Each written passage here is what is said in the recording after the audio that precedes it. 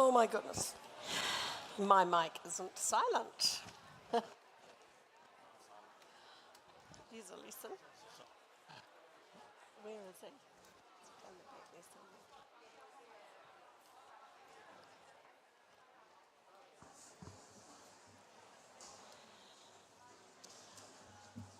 somewhere. No mai, haere mai. Inga reo, ina mana, inga waka, tēnā koutou, tēnā koutou, tēnā koutou katoa. So my name is Nick Smith and I'm the Vice-Chancellor of Te Herenga Waka, Victoria University of Wellington. It's my great pleasure to open tonight's debate and welcome everybody here. The topic is education, and I think the role of education and that topic is probably more important for our country, I think, than it's ever been. We're at a time when technology presents both an enormous set of opportunities, but also a huge challenge in terms of how we digest and process information, and also the potential inequalities that can be inadvertently a result of that opportunity. We're at a time when our capacity to balance the needs of today with the needs of the future is increasingly ever more acute.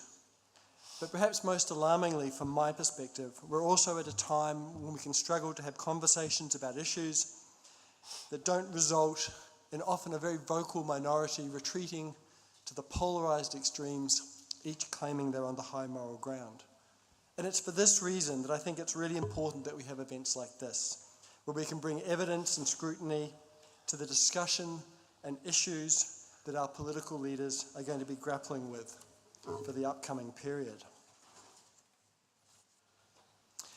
This university, Victoria University of Wellington, Te Herenga Waka, has a really special role to play in that exercise.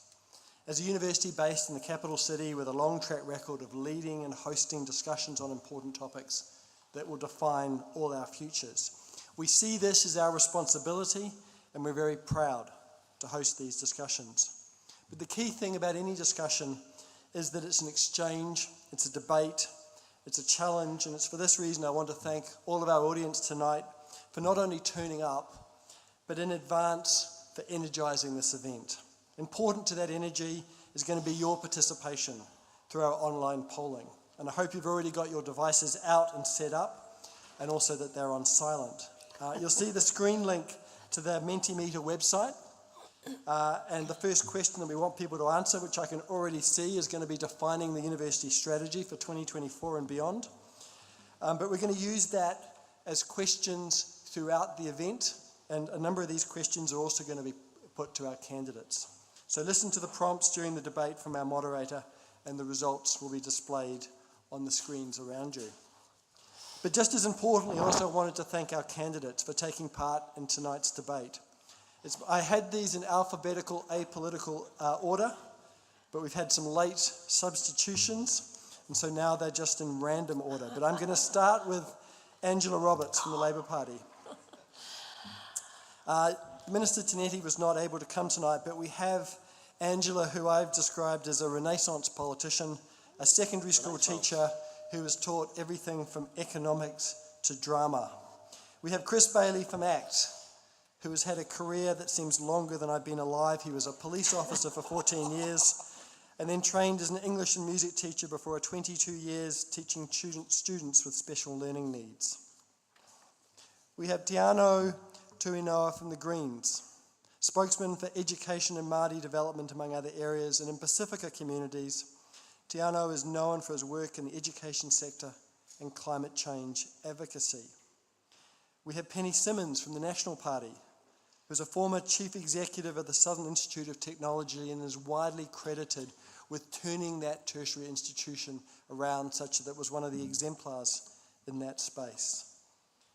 And last, but by no means least, we have someone who will be known to many here in the city of Wellington, Andy Foster, former mayor of this city. Country, well, that's good. That's good. I'll take that. Not mayor of the country yet. That'd be very super city. And Wellington City Councillor. Unfortunately, Natalia Albert from the Opportunities Party is unwell and not able to join us tonight. But finally, I'd like to introduce our moderator for the debate, the man who is going to coalesce ideas, cajole our candidates, cut off people when they're going on for too long, but bring a sense of purpose and that energy. Mark Jennings, he's the co-editor of Newsroom and one of New Zealand's most respected journalists. Mark has worked in news since the 1970s, both here and in Australia. He co-founded Newsroom with Tim Murphy, and we're very grateful that he can join us tonight as the debate moderator. Can I have a round of applause for both our candidates and for our moderator?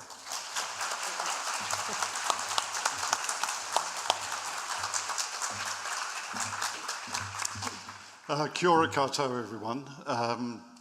Thank you very much, Nick, and thank you to Victoria for supporting Newsroom. You've been in it from the start and we really appreciate that.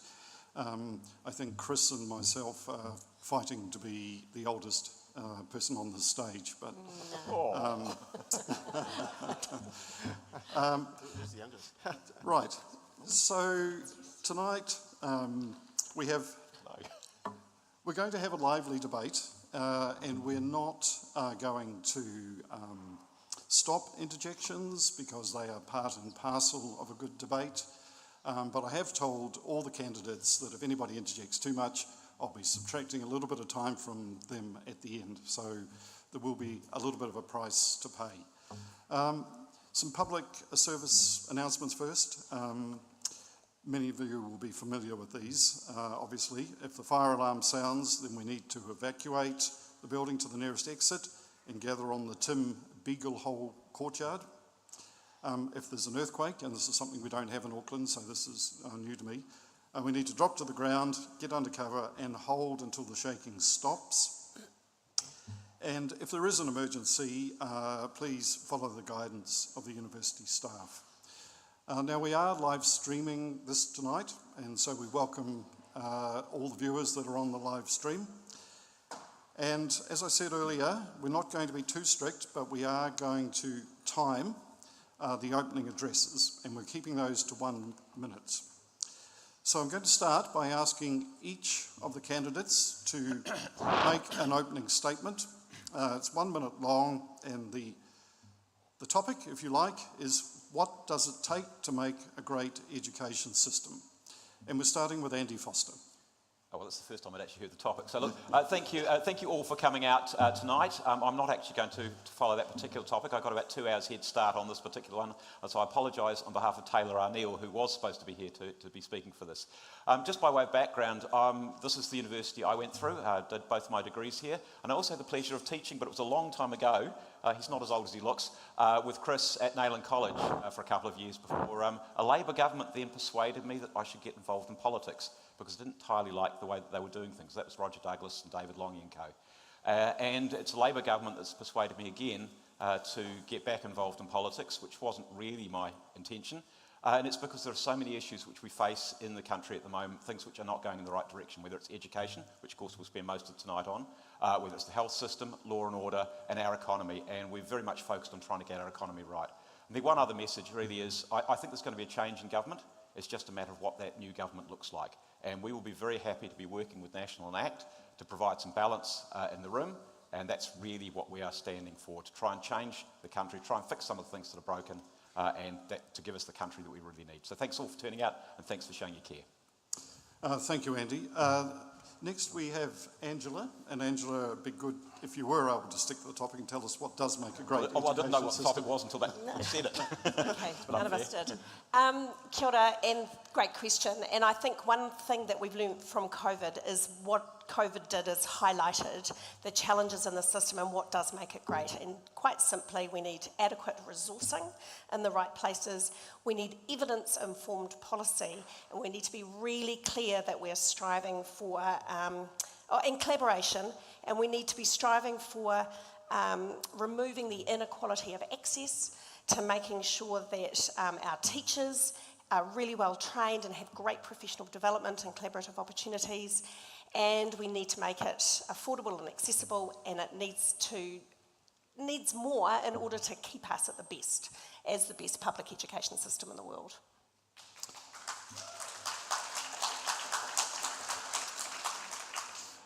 Thank you, Angela. Next we're going to have Chris. Thanks, Mark, and it's great to see so many people here. 40 years ago, I was in my second year at university, and right here, well, not right here because this building wasn't here. No, it wasn't. 3 years ago, I was teaching in a school, and the reason I'm pretty much sitting up here now is because I wasn't happy with the way the education of all of New Zealand was going. I think we need to, there's so many issues at the moment. I won't list them now. I'm sure we'll be covering them over the next hour. But we need, the way ACT sees it and the way I see it, we need choice. We need to be able to get buy-in from the kids, from staff, from teachers. Teaching is the best job in the world, and it should be. But so many teachers I've spoken to recently in the last couple of years are just unhappy. They just go to work and they just do the job. They don't haven't got the spark that a good teacher really needs to improve the lives of those kids. So a good future. Certainly, we need a happy workforce and kids that want to go to school. Thank you, Chris. Penny. Thank you, kia ora tātou, and thank you for the opportunity to be here. This election is all about the economy. Our wonderful little country is in $100 million worth of debt. That's $100 billion worth of debt. That's $11 billion that has to be spent each year servicing that debt. And you might say, well, what's the impact on education? That $11 billion of servicing annually is the same amount that we spend in total on our primary and our secondary schools. So it shows you the opportunity cost of having that level of debt. It also impacts on our tertiary institutions, just as it impacts on each one of us. The cost of running a tertiary institution is much higher now because of the rate of inflation. So the economy absolutely impacts on what sort of tertiary education sector that we are going to have.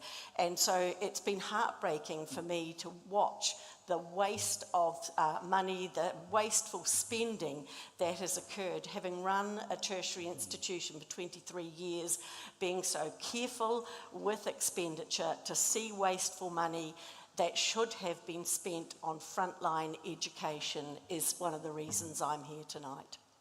Thank you, Penny. Well, look, judging from what the audience have voted, I would say that probably Angela's vision is leading the way there. We've got more to go. Oh, sorry. It's me out here on the left. Oh.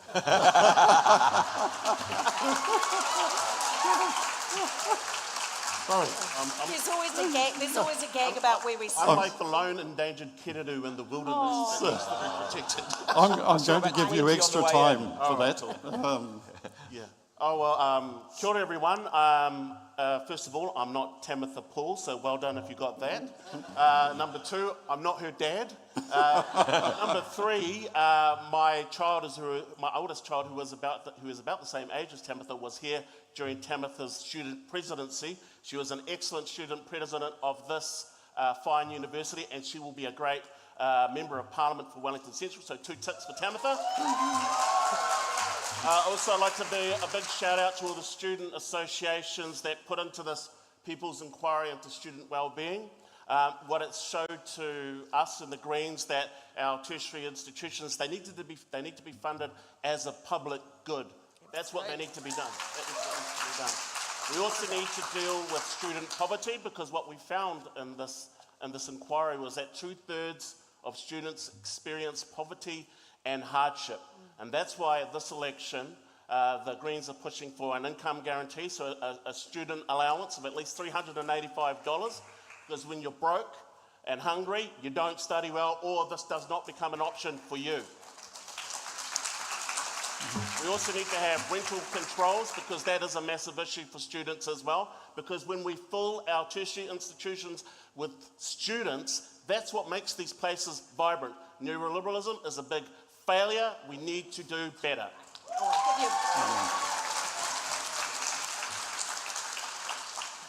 Thank you, Teanau.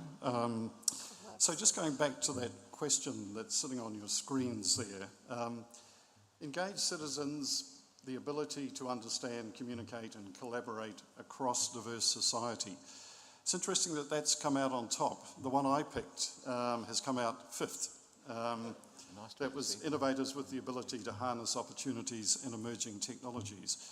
So it's already, I've made the first mistake and now I've made the second mistake.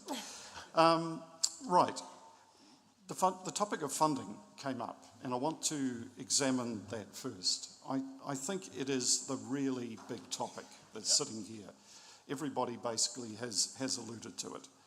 So if we look at what the current situation is, the universities have argued that the funding model has forced them to compete for students, spending up large on marketing, radio, television, even the back of buses.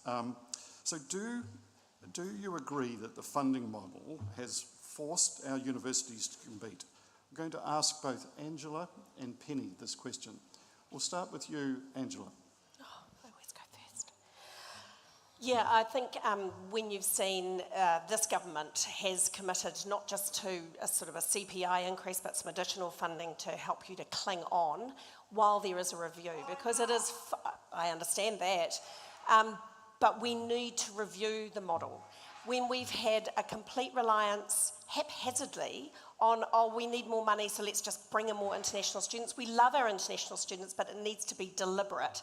It needs to be thoughtful, and we need to make sure that the funding model is appropriate. And I don't think the government should be stepping away from its obligation to providing this massive public good that is educating our population in tertiary settings. So I think we've got a huge opportunity to make sure that funding review reveals the problems and makes a significant is ambitious and makes structural changes. It's not just about topping up. It's not because, like you say, topping up isn't enough. It isn't just about going, we'll just pick a number of international students out of the year and add that income. We need to be very clear about how we structure the funding and where that funding comes for 6 from. years, Angela. And so you've been in government 6 years.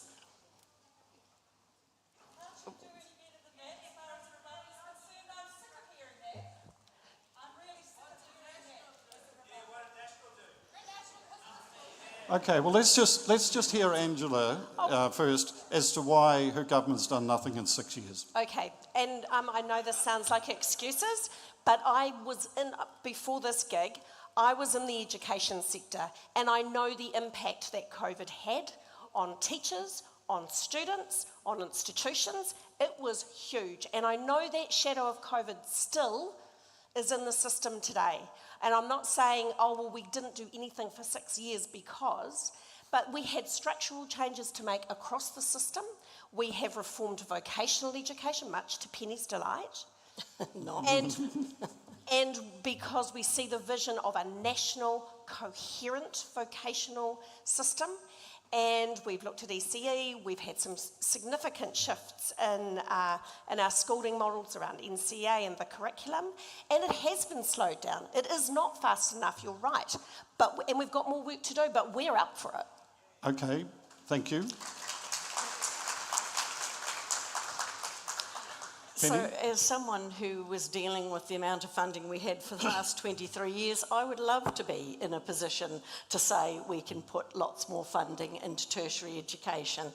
But the reality is that we have $100 billion worth of debt. And we have $11 billion that will go out of this country every year. We've heard that before, Penny. So I think if you want to talk about the tax cuts, we do think that when people are in a cost of living crisis, they do deserve to keep more of their own money. It's their money and they deserve to keep more of that. So the funding, look, we have to face the reality that we're not going to have a lot of money to put into things, but what we can do is shift money from back office to front. And so we have seen In 1,200 more bureaucrats in the Ministry of Education. We have seen more bureaucrats in the Tertiary Education Commission, and we need to be moving that money to the front line of our universities and our polytechs. We saw $200 million spent on amalgamating the polytechnics to make them worse. So there has been money spent, education money spent, that should have gone to the front line. Thank you, Penny. Chris, do you believe the university should be competing for students? I think the funding needs reform, which it'll be really great once that review comes through. But Penny is actually absolutely right. We're in such a dire straits in our whole economy that we just can't afford.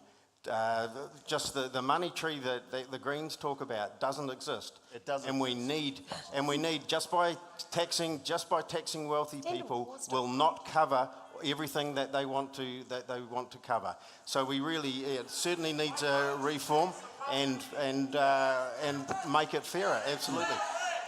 Okay. Thank you, Teanau. Your response to that? I've got a response to a couple of things. Yep. First of all, we are the only country in the OECD which doesn't have a capital gains tax, a wealth tax or stamp duty, or a combination of all three. So the richest 311 families in this country have the cumulative wealth of $85 billion. That is more than the poorest 2.5 million people in this country. It is more than timely for a wealth tax. The day this country starts punishing I wanna respond to people the for other being point. successful is a sad day. Nobody minds people being successful.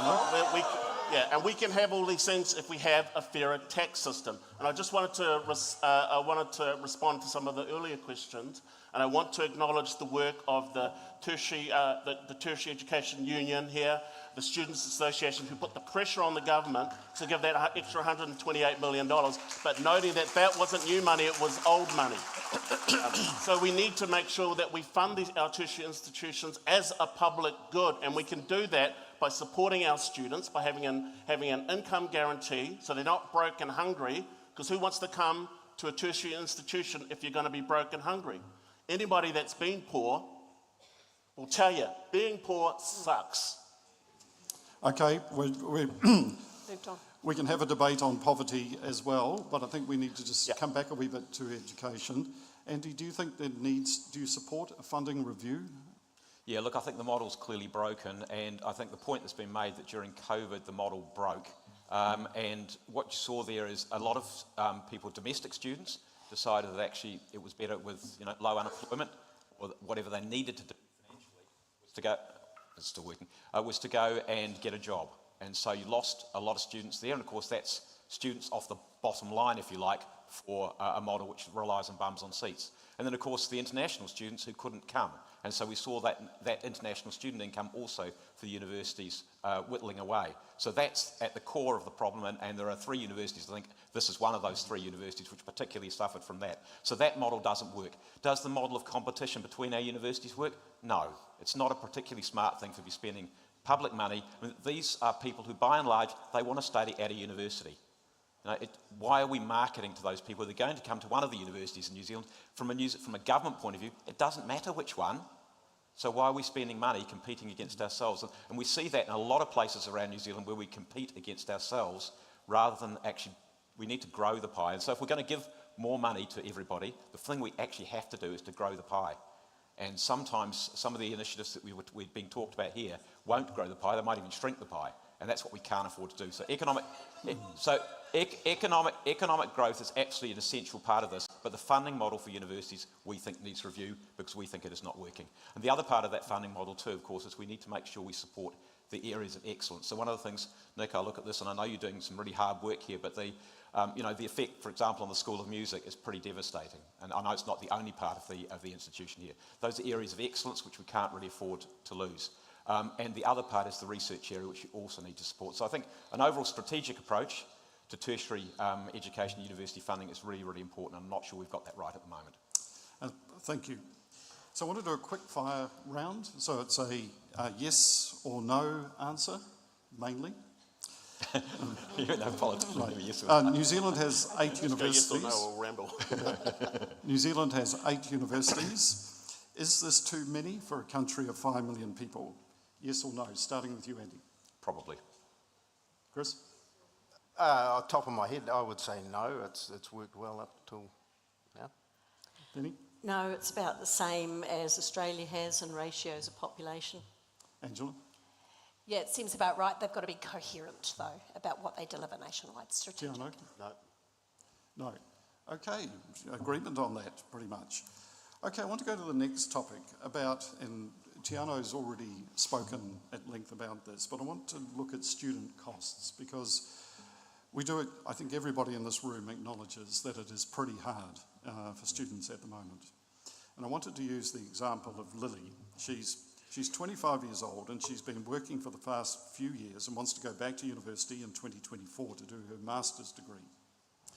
She doesn't qualify for student allowance, and the maximum she can borrow, and I stress the word borrow, for living costs under the student loan scheme is $302 a week. Now that's barely, I'm told, barely enough to cover a 1-bedroom in a cold Aotearoa Valley flat. Sounds bad. So, Angela, if we want students like Lily to come back to university, is the financial support available attractive enough? Obviously, the student allowance issue is significant, but there's more than one way to help support students, and we've done that by committing to cheaper public transport, to raising, I know that's a terrible thing, how much you can borrow, the training incentive allowance, some of your fees being free, requiring warmer dry homes from landlords. Building 12,000 public houses means that we've got a slight improvement in housing supply, so hopefully things will become more affordable with regards to rent. We've raised the minimum wage by $7 since we've been in government, and we have committed to increasing that to a living wage, and we have also committed to removing the youth rates. So when you do go out and work, you are getting paid fairly. So it is a combination of things. I think absolutely student allowances, I think we need to do more work on how to make that possible. Not just student debt, but student allowances. I think we do need to keep working hard on making that possible. But it's alongside all of those other things. There's no point in having a student allowance if your rent's $400 and you are sick because of the place that you have to live in. So I think we have to attend to all of those needs. It's important. Thank you. Tiano, the Greens are, as you alluded to, promising students a universal payment of $385 a week. How did you arrive at that figure? Well, we've got a whole suite of policies, and if you go onto greens.org.nz, you can check them all out. But on top of our income guarantee, we're also pushing for, we've got a pledge for renters as well, because rental controls will help to get that issue sorted. Because when we put out that pledge, our pledge to renters, people sent in photos of some of their rental properties. I saw one where somebody had a mushroom growing in the middle of their room, broken windows, all of this sort of stuff. We have normalised student poverty in this country, and it is not acceptable. It is not acceptable that people should be living in poverty and hardship like that. That's why we need to have rental controls. Okay. So the wealth tax component. It's around about, we've also got other measures in there about increasing the corporate tax rate from 28% back to 33% as well, which is where it was before the global financial crisis as well. Also a bit there on the trust tax, just in case people try to move assets around. And if you go to our site, we've actually got a tax calculator where you can chuck your details in and see how much of it impacts you. But we are targeting the mega wealthy in this country. Penny. Yeah, can I just say, targeting the mega wealthy, the latest country that put in a wealth tax, Norway, put one in at 1.1%, which is less than half what the Greens want to put in.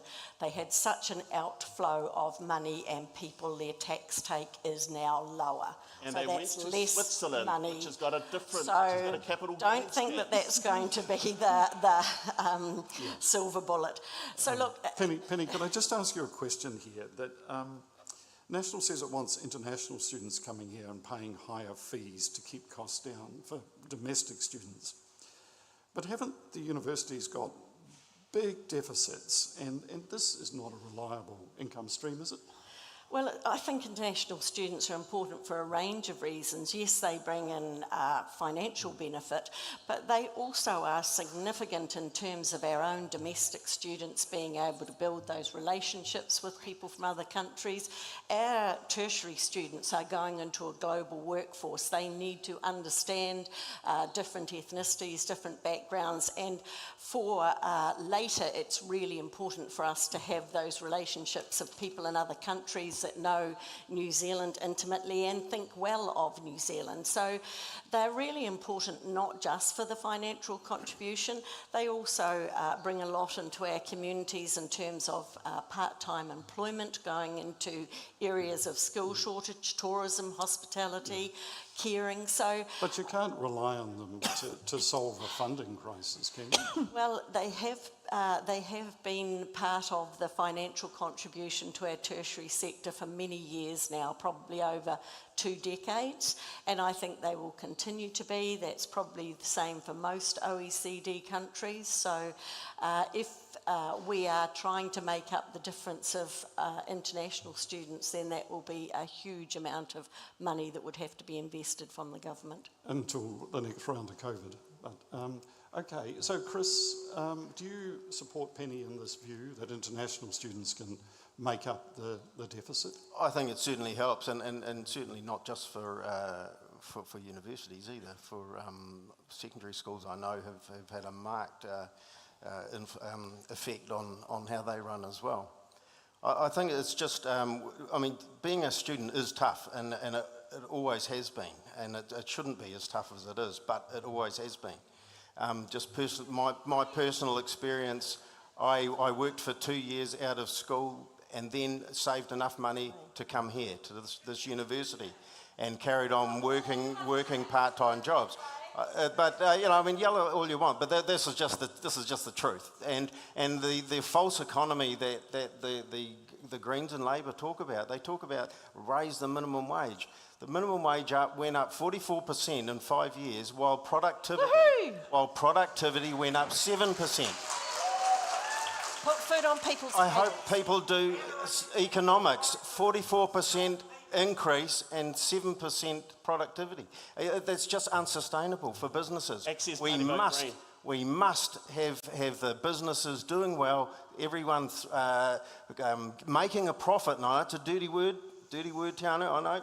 Making a profit so that they can pay staff more and improve conditions. Otherwise, they won't.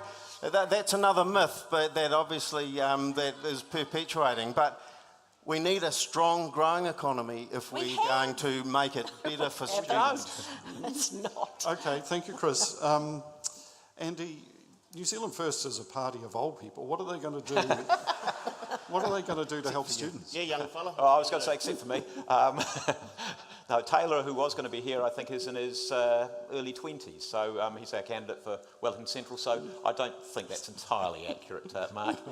So what's the question after the insult? Well, what are you going to do to help students with the cost of living? Yeah, look, we think it's important to have a student allowance, universal student allowance, and that shouldn't also, I know your example is over 25, but under 25 that shouldn't be linked to your parents' income. Particularly, you know, it starts disappearing around, $70,000 or something like that. We think, and for a lot of people, you might not actually want to live with your parents at that stage, and so it's unfair to penalise people for that either. So we think a universal student allowance is important. The other thing we think is important in terms of student loans is supporting the payback of those student loans. Because what we want is, if we invest in people, we want those people to be investing back in our country. Now, look, it's really good to be able to go overseas, spend a bit of time there, but we'd kind of like you back. And that means, how about we help pay off those student loans? If you invest that time, those skills that you developed back in New Zealand, why shouldn't we help you to pay off those student loans? So those are the two big aspirations we've got there. But I would just like to make one other comment around our economic performance, because that's sort of come up and different people have got completely different views of it. We had the worst current account deficit in the OECD in the last year, the worst. And it wasn't close. We were a long way behind. And that is effectively, we are borrowing our living standards off somebody else who at the moment is willing to lend to us, and they charge interest for that. And anybody who has got a debt, whether it doesn't matter whether it's a mortgage or whatever, will know that if you didn't have that debt, you didn't have to pay that interest, you kind of feel like you had a lot more money in your back pocket. But when you do have to pay that, and as I think Penny said, you know, if we're paying as much in interest as we are spending on the primary and secondary sector, primary and secondary education sector, it'd be really nice if we weren't doing that. So we've got to fix those things. If we have a good economy, we're much more likely to be able to afford all the quality public services we want. That includes education, includes health, all of those things, but we must have the economy working too. Okay, thank you, Andy. I want to have another round, quickfire round, please. The first year's fees-free policy, yes or no, Andy? Continuing.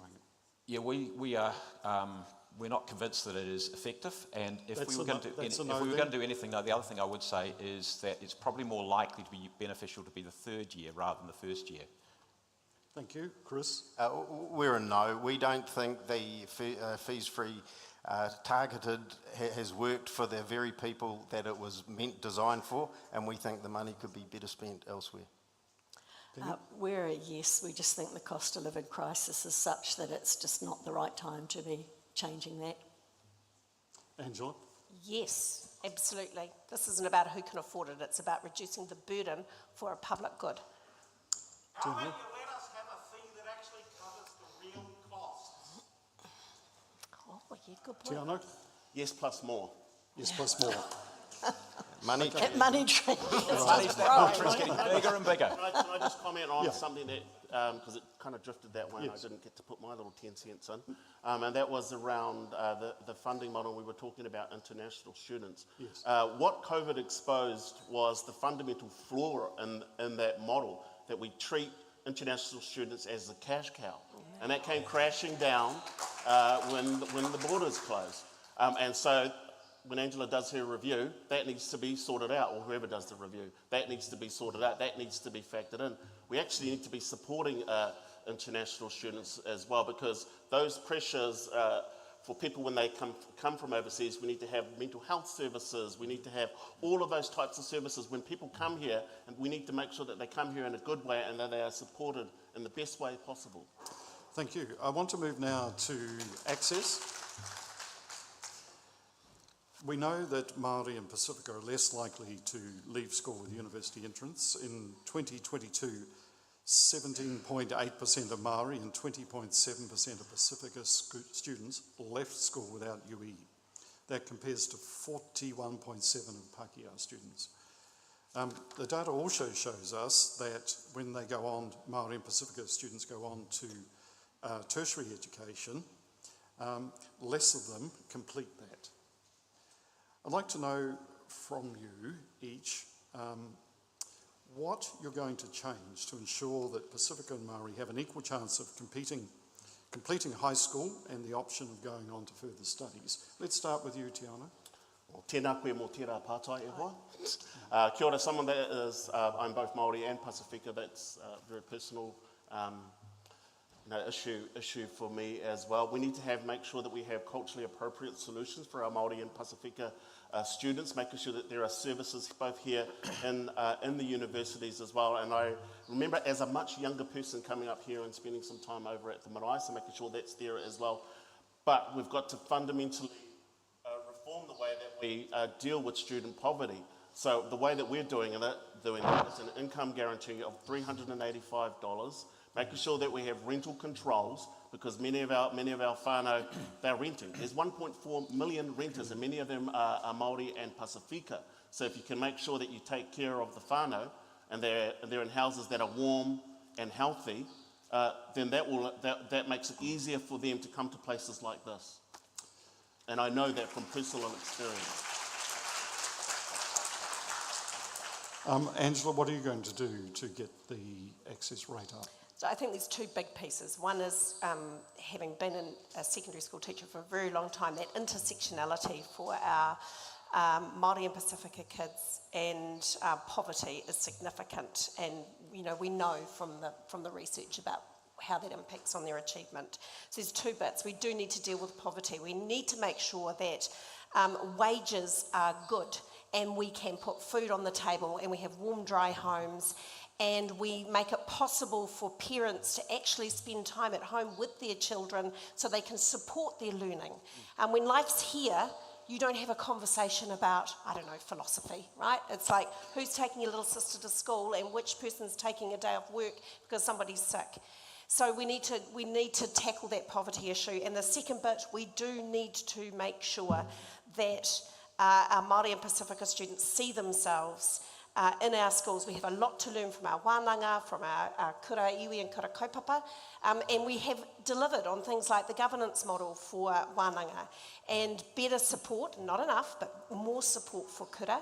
And I think mainstream education still has a lot to learn about how we include te ao Māori and mataranga Māori in our system, so these kids are themselves and can succeed. So we feed them, we give them a warm, dry home, we look up to their whānau. So Penny, we've heard from the two candidates on the left of you there that it's really a socio-economic problem that's holding students back, Pacifica and Māori students. Do you agree with that? I think it's about choice, and I think it's a shame things like the charter schools were taken away because that gave choice with the charter schools.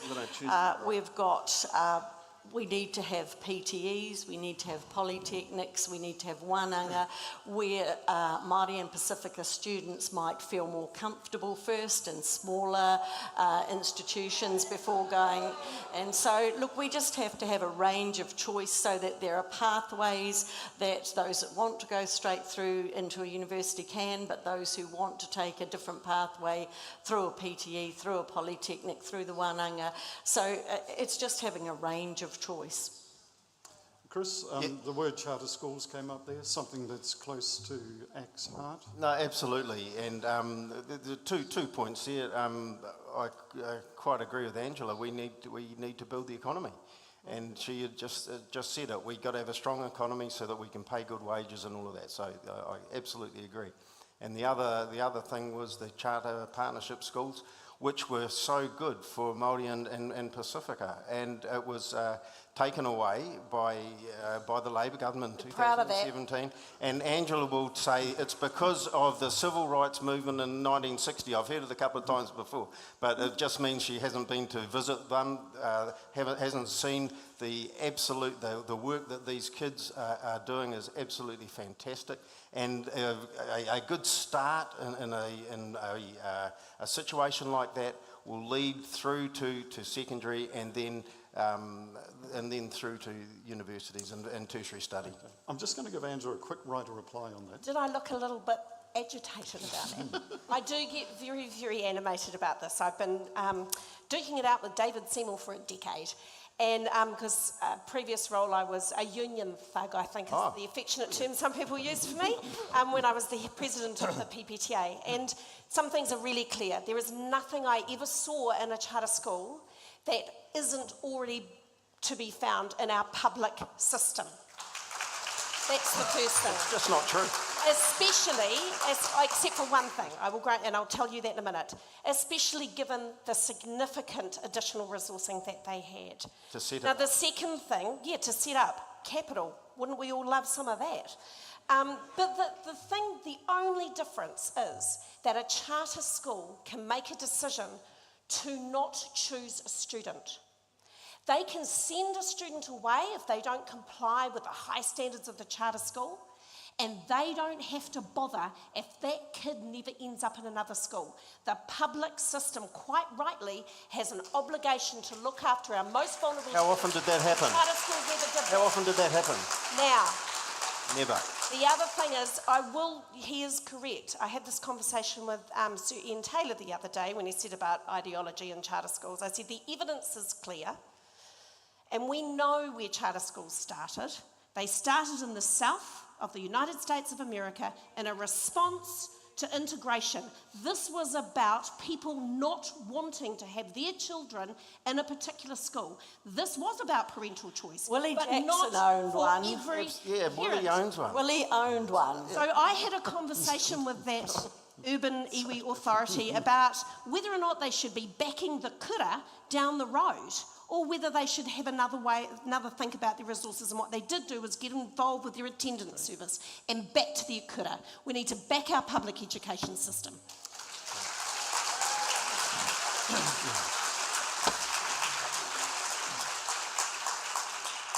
Thank you, Angela. Andy, your views on this? Yeah, well, essentially, there are two parts to that question. The first part of them is how do you get young people through the school in the first place to get to a place where they're actually able to enter university. So that's the first part of the question. And the second part of the question is what do you do to make the university attractive and accessible? And I just thought it was worth having, reading you some numbers there from the Ministry of Education pilot in 2022 on NCEA.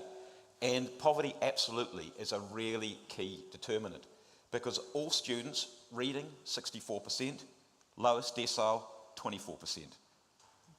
In writing, 34%, 2%.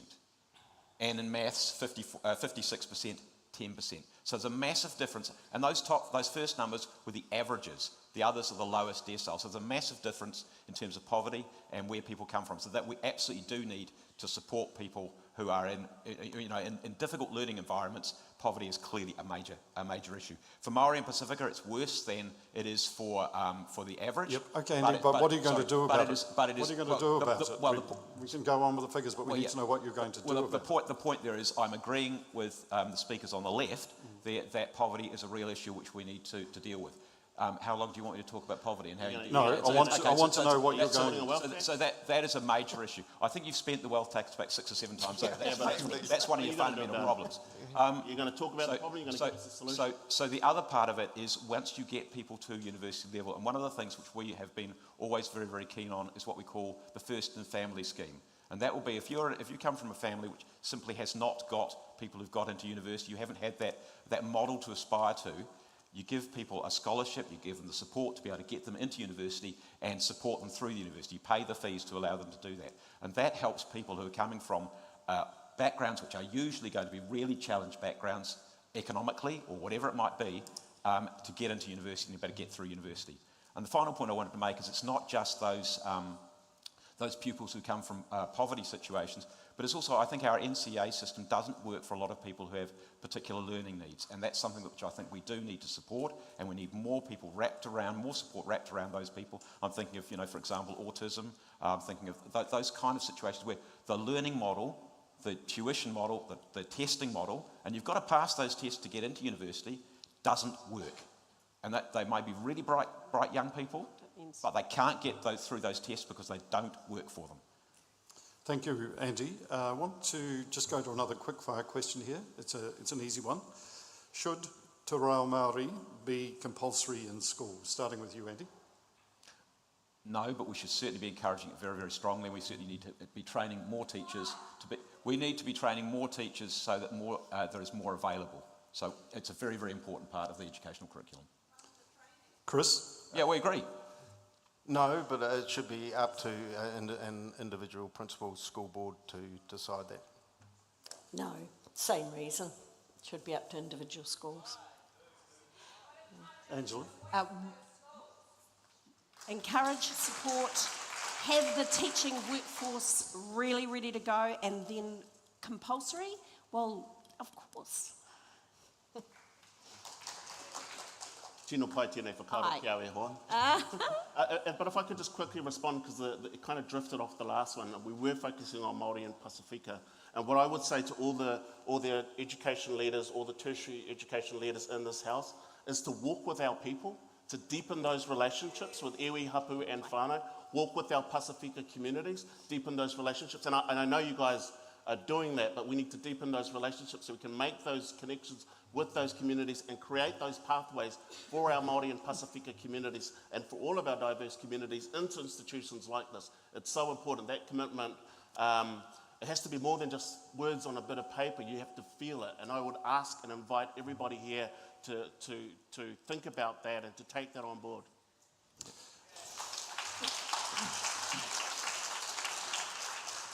Thank you. We're going really well. We're really cracking through these topics. To the next one. The Tertiary Education Commission has done some research looking into the future, and it's discovered that the career aspirations of 17 to 13-year-olds, they found that the top choice for boys and girls was sports person. 17% picked it, well ahead of the next option. I mean, this might be good for the All Blacks, but it's not going to help us find a cure for cancer or deal with climate change. So I'm going to ask you each 2 questions. First is, what did you want to be when you were 7? Secondly, what can we do to make today's kids look beyond the football field, the netball court, etc., and aspire to be future scientists and environmental engineers, for instance? Right, we're going to start with you, Andy. I wanted to play football professionally. So I'm fitting the model there. But look, I think the key thing is we've got to make all the different career options, things that are going to make a huge difference to our society going forward. We've got to make them interesting and attractive. I mean, when you are that age, you don't actually know that half of these things even exist. So the first thing you've got to do is you've got to actually let our young people know that those career options exist. And there is, I mean, how many different ways can we do that? You know, you can go and take children to visit some of the places that, you know, scientific education. I mean, you know, go around the Malligan Institute around the corner, for example, you know, if you want to get them interested in science. There's a heap of different things that we can expose our young people to if we want to get them inspired by those kind of things. And look at what we put on television as well, you know, or in any of those media that are available to children. You know, put those things there, showcase them and say these things are interesting, these things are stimulating, and also, you know, okay, the All Blacks are our heroes, but there are a heap of other heroes as well. You know, who the young scientists who won the science, the Prime Minister's Science Awards. I mean, the young woman who won that, absolutely awesome. We don't make them heroes, do we? That's my point. We don't make them heroes, and we should be making them heroes. If we made them heroes, people would look at them and go, wow, that is cool. I would like to be like them when I grow up, rather than just seeing the All Blacks who I want to grow up and look like. Chris, did you, when you were 7, did you want to be a publican? Trumpet player. Chris owns Nelson's Best Pub, by the way. Thank you, Mark. Yeah, it is great. Actually, I did actually start playing the trumpet when I was 7 years old, so I was probably aspiring to do something along those lines. But I think at 7, you really just need to expose to make sure kids have the ability to achieve what they want to do. You know, by reading, writing, experiencing all the things that Andy just spoke about. I just know that when I was 14, I knew that I wanted to be a teacher, and I went home. I think it was an influence of some good teachers, and I thought they were really cool people. That's what I want to do. So. Yeah, I think kids can be influenced with good role models. Penny, what's your view? Well, at 7 I wanted to play hockey for New Zealand, so most young kids do want to play top sport. And then I went on to do a science degree, so we've got to expose children to science, to the STEM subjects essentially, and how those STEM subjects are such an integral part of our careers and our economy. Agri-tech is such a big thing for us, and we should be world leaders in that. And, well, yeah, the humanities are important, but actually we do need a lot more STEM graduates. So we have to face that reality, and we need to allow our young people to see that they have important career outcomes. Angela, I'm picking you would have wanted to be a netballer. Oh my goodness. Really? The Silver Ferns would have been horrified. Anywhere other than on the sideline cheering. I always wanted to be an actor. And I've kind of come full circle, I suspect, in my current job. I've seen your performance in it. Yeah. So, you know, I ended up teaching economics and theatre, and I guess that combination would be called politics. But I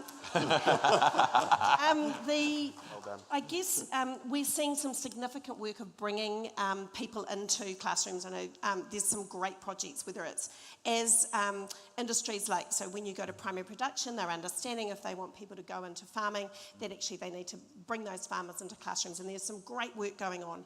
But actually, and you talk about our heroes, actually we need more of those heroes to become teachers.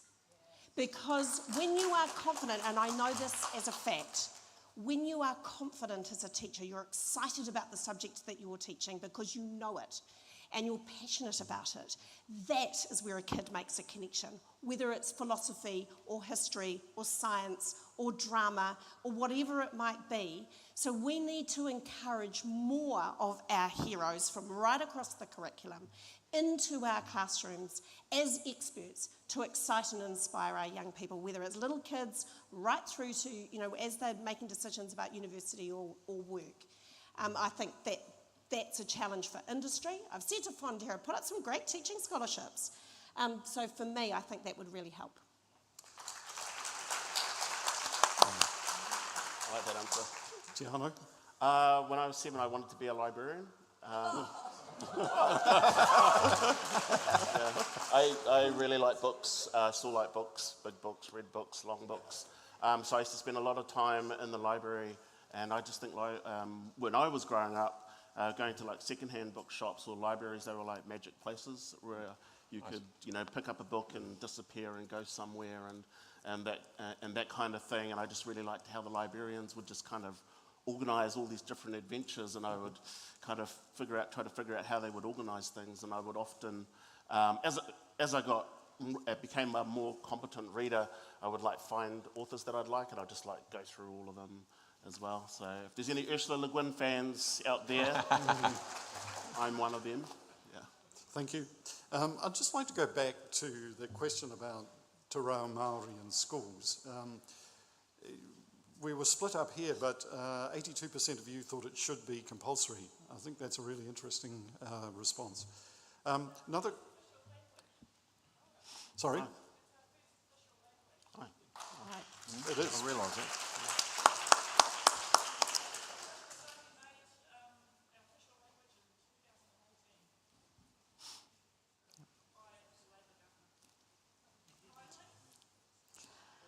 Right, we're going to do another quickfire round here quickly.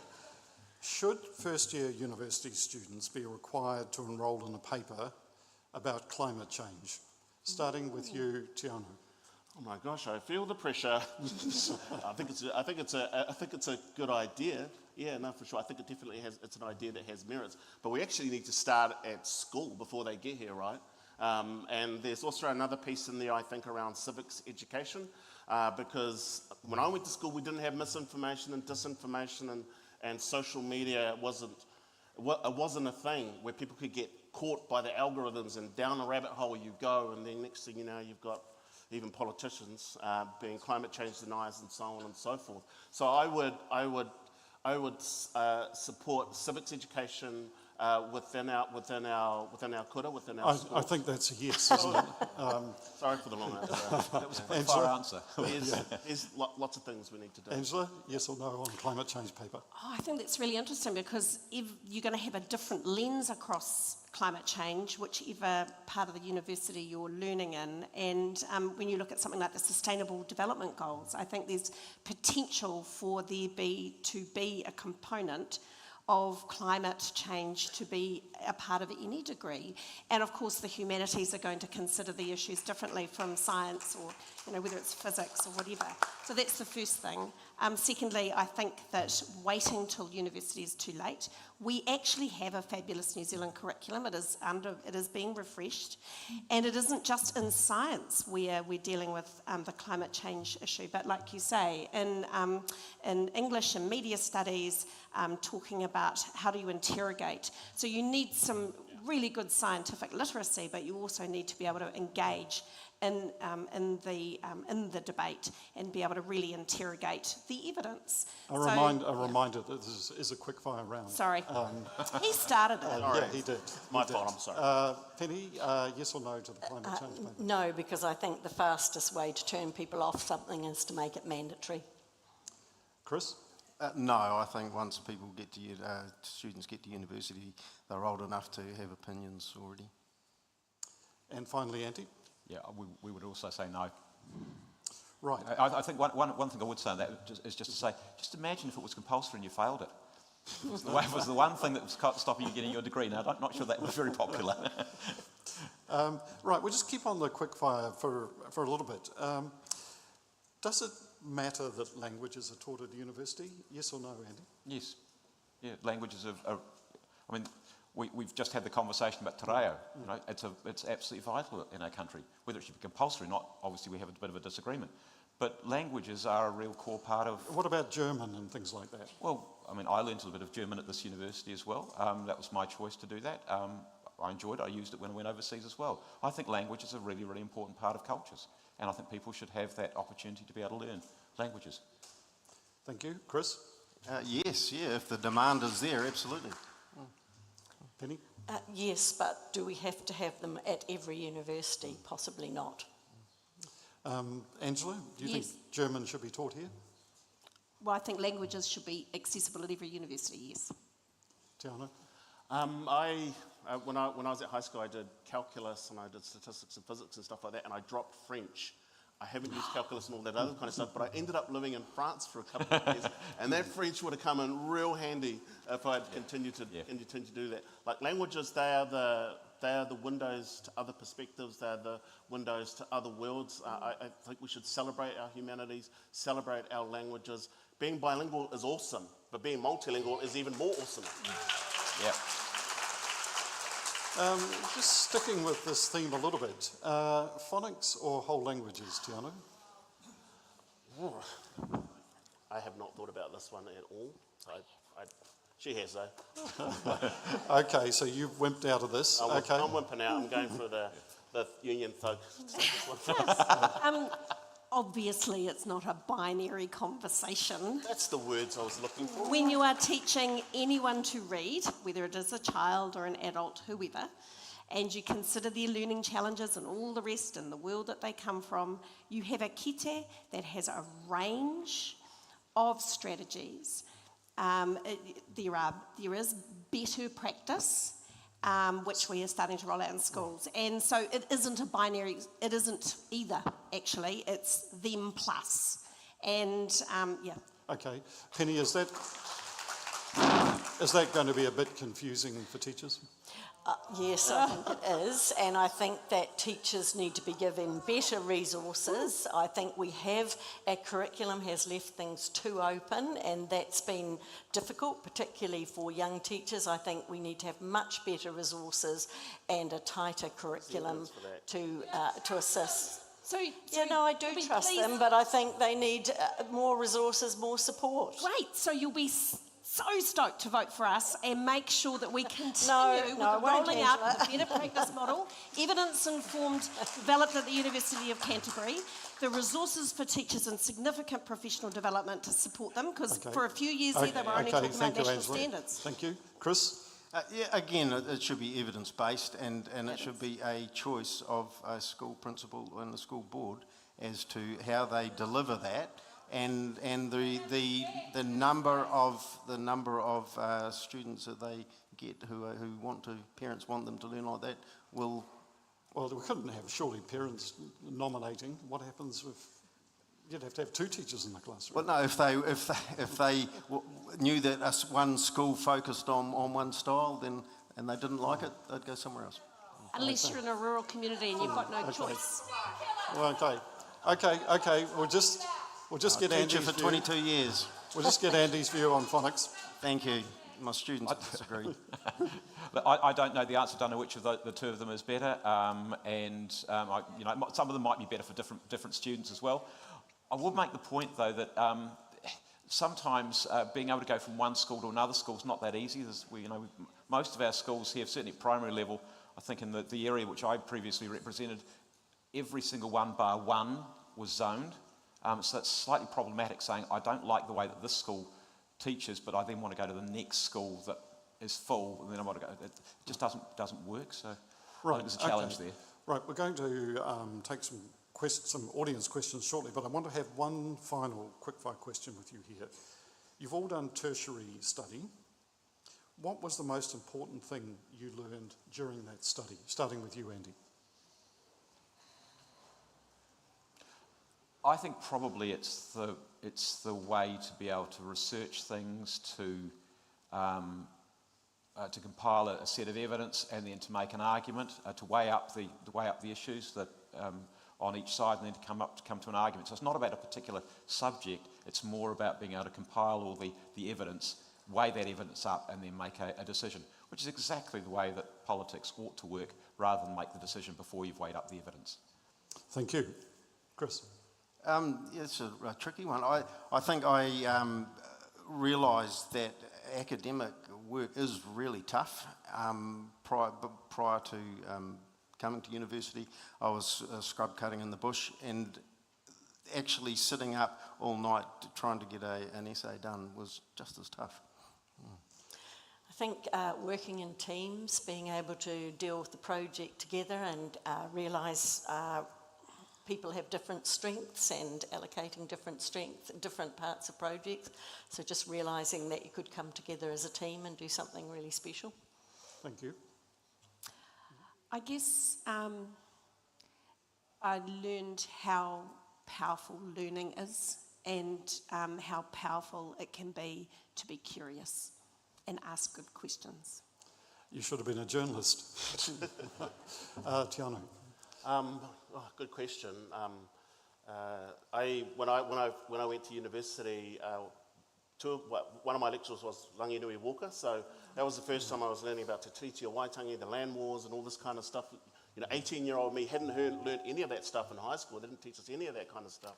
And the other person who I learned a lot from was Jeanette Fitzsimons. I enrolled in an environmental science paper, and she was our lecturer, and that's where I first learned about like global warming and climate change, and the impacts of deforestation, and why it's so important for us to have healthy oceans and those kinds of things. So it's those kinds of great minds and being able to access those people and their knowledge, which was, I guess, a beginning of a lifelong journey of not just learning but also action. Because once you learn the ideas, once I learned from these people, it's like, well, okay, now that I know that, I should do something about it. So the way that that kind of shaped my whole life's journey was really important. So, Thank you very much. Right, we've got a whole list of questions from the audience, but I'm going to just, because we're running a bit short of time now, I'm just going to pick out a few. And the first one I'm going to ask is from Bronwyn Wood. She's an education lecturer, and she says, recent data is showing high school students are selecting lightweight credits and avoiding subjects perceived to be difficult. Is it time to reform NCEA? I'm going to start in the middle with you, Penny. Yeah, I think that we've seen, particularly in this last year, where retention rates have been particularly low in the first year at university, that our school leavers are not particularly well prepared for tertiary education. So, yeah, look, I do think we will have to have a look at NCEA and whether it is fit for purpose, and particularly whether it's fit for purpose for preparing people for tertiary. Chris, too many people taking lightweight subjects? Yeah, I do think that has become an issue, and NCEA certainly needs to be looked at. One of ACT's proposals in its policies is to get rid of NCEA level 3 and put university entrance as the level 3 year 13 qualification. So addressing that very thing you're talking about. Tiano? Two things. I'd like to know what lightweight means. Not all students are the same. Not everybody wants to come to the university. Media studies is one for you.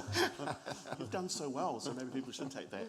So there's that concern as well, making sure we have the diversity of subjects, so that the students can step into whatever career pathway is good for them. But also I'm worried about churn. So whenever we have, when you refresh the system, then a new government comes on and they want to refresh the refresh, and then refresh the refresh, that creates so much churn in the system.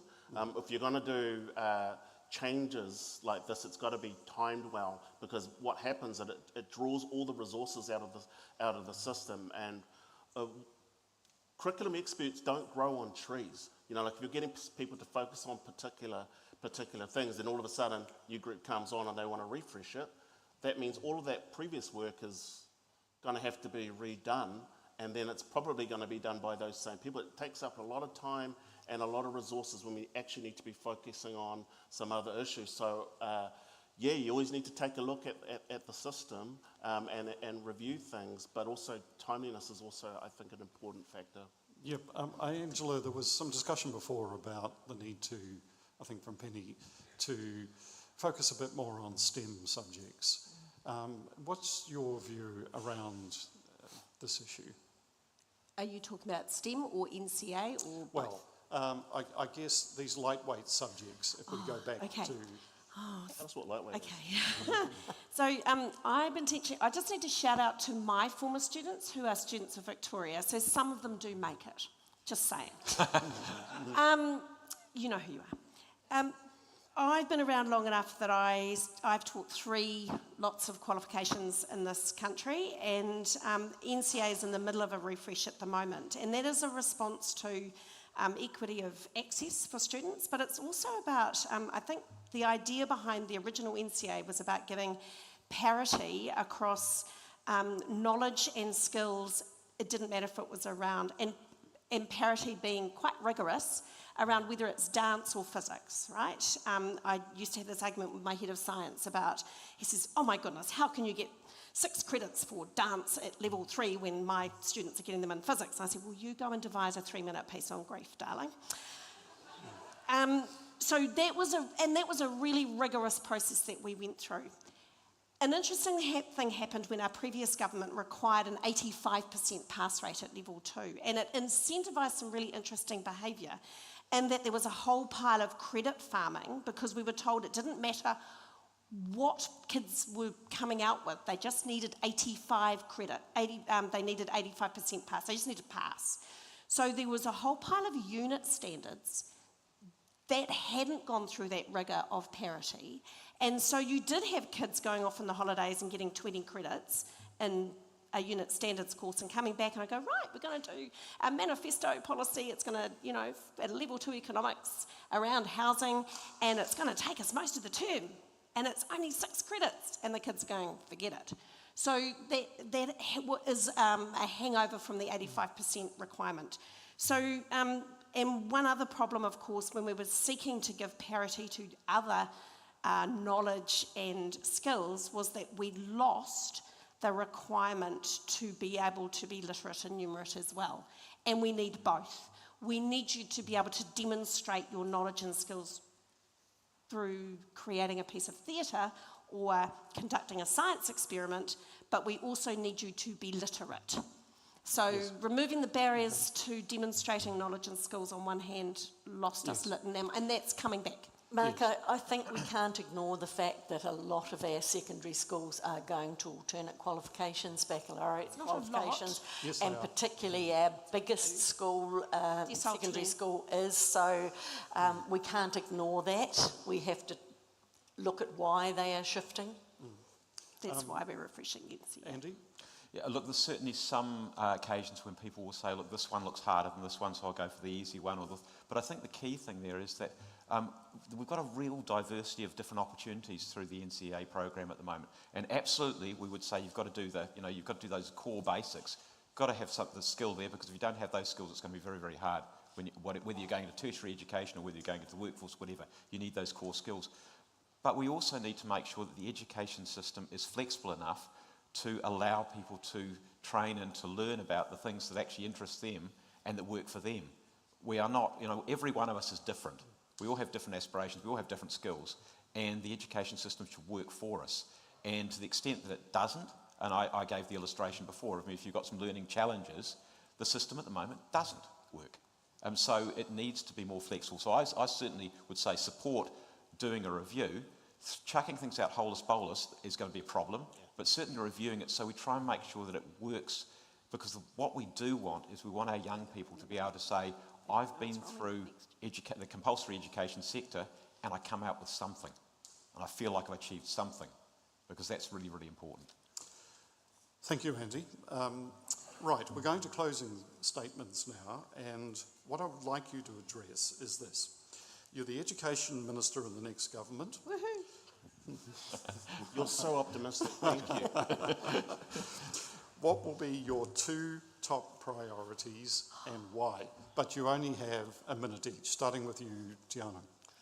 Kia ora. Well, my two top priorities would be rent controls and an income guarantee so that students don't live in poverty and hardship, and that will make it easier for them to come to institutions like that. I've done that in 10 seconds. There you go. Kia ora. Party vote green. Thank you. Penny Simmonds. Simmonds. Sorry. Fixing the vocational education sector, it's just such a mess. We're losing valuable staff out of it, and we are losing our liaison with industry, and so we've got to get that back on track. 200 million has been wasted already, another billion is being signalled to be wasted on it over the next decade. We just can't allow that to continue happening, so that's going to have to be the first priority. Do you have a second priority? The second priority really is having a look at the university system and just seeing whether there is areas where we perhaps should be rationalising, areas to make sure that we don't lose our capacity anywhere in the sector, but that we aren't trying to replicate things with very small numbers. Chris, your two top priorities? Two top priorities would be having a really good look at the current Ministry of Education and making sure those extra, well, there were 2,500, there are now over 4,000 people working there, making sure that that is actually good bang for buck and sorting that out.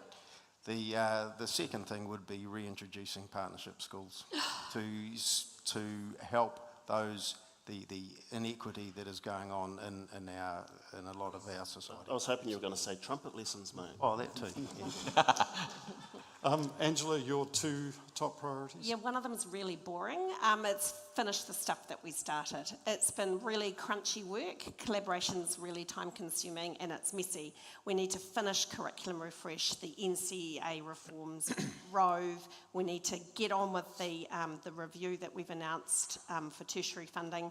So that's the first thing, is finish stuff and embed it, because teachers and tertiary and right through to early childhood they've sucked up so much change, and we need to embed it and see it through. That's the first bit. The second thing for me, I think we really need to prioritise teacher development. So those who are in classrooms, we know that we need to support them to continue to improve their ability to respond to the greater number of diverse students with different challenges and support them to be better, because we all want to be better teachers. There's room for improvement to support them, and teacher training as well. I think we need to make sure that we're able to respond, teachers are able to respond to their students and supported to do that. Thank you, Angela. And I haven't talked to the minister about that. and Andy, if Winston Peters holds the balance of power on election night and you're swept in and made Minister of Education, what are your two top priorities? Education wasn't one of the ones that I put down on my list, but never mind.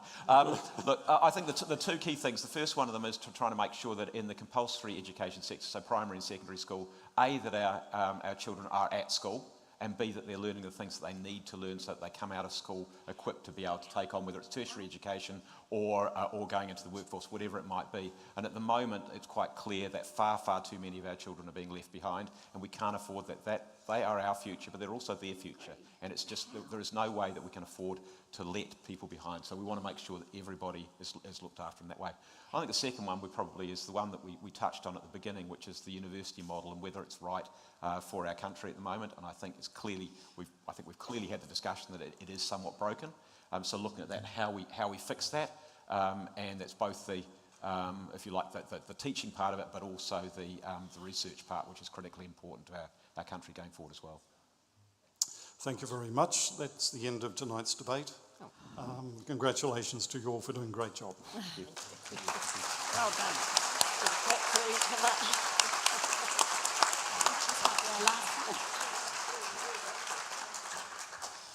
All right, Winnie and Jessica, were you going to come and say anything? Oh. Yeah.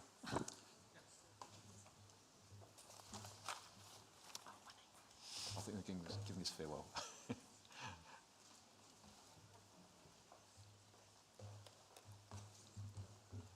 Kia ora tātou, my name is Jess. I'm the president of VUSA Te Aotearoa this year. Thank you candidates and staff and student community for coming out tonight for a very spirited and great debate. And it's fantastic that there's so many of us here today. With the questions and reactions that we have been seeing from our crowd tonight, I hope all the candidates today understand the severity of the issues that education is currently facing in Aotearoa. And we hope that if elected, you take these issues extremely seriously. And whilst education typically isn't the hottest election topic because of its long timescales in the face of a 3-year election cycle, it doesn't make education any less important. Education is about our long-term future. And tonight we'll spend a lot of time hearing the candidates talk, some of it being the usual rhetoric, some of it more valuable and insightful. But we must remember that tonight is not really about the candidates, it is about us, the staff and student community here today.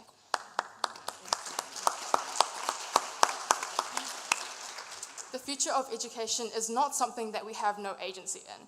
It is not up to the few people on stage today to determine this for us, and we must uninternalize any helplessness that we feel and act with power. And we are the ones who have the power to determine this future of education in Aotearoa with our votes, our kōrero with others, and other forms of democratic engagement, notably the power of education that all our educators here today understand and that transformational impact it has on students. And as voters, we get to decide who we entrust with the weight of students' futures, the health of our institutions, and the future of Aotearoa.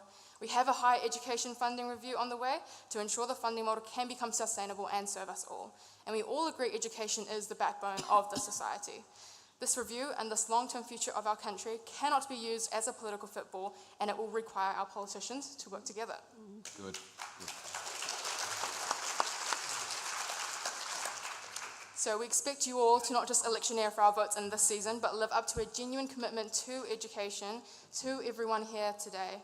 We desire a future where education is financially accessible, where institutions are well funded to provide students with an education that not only shapes individuals, but caring communities concerned with contributing to the common good. So if you're elected, we urge you to stand shoulder to shoulder with us on the ground and to stand up for education alongside us. Thank you, candidates, for making time today, and to everyone else here for showing up, showing people power for education.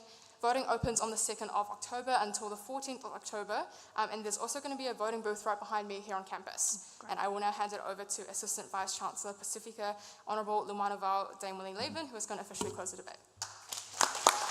Well done.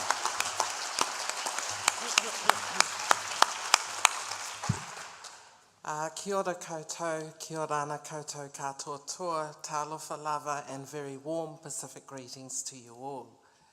It is my pleasure to thank our MC Mark Jennings for refereeing this debate. Whawhetai tele lava Mark. And thank you to the candidates. Chris Baillie from the ACT Party, Teanau Tuiono from the Green Party, Angela Roberts from Labour, Penny Simmonds from National, and Andy Foster from New Zealand First. Thank you all for your spirited contributions to the debate. Putting yourself forward for political office takes courage. Wide and active political participation is important and necessary for a healthy democracy. Democracy is fragile in this age of misinformation, disinformation, and 24-hour-a-day social media scrutiny. This has been a robust and interesting discussion. I hope that this debate has helped participants and the audience of our voters to clarify their views and will lead to well-informed policies to ensure a strong future for tertiary education, our universities in Aotearoa, New Zealand. Thank you all and good luck. Thank you.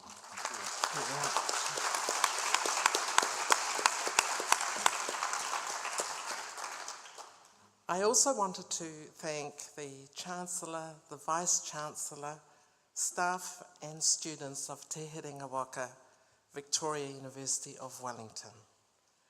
We have all been going through a very challenging time, and we need to maintain a dialogue with government and opposition, members of parliament, to ensure that our views are part of political discussions around the future of tertiary education and our university.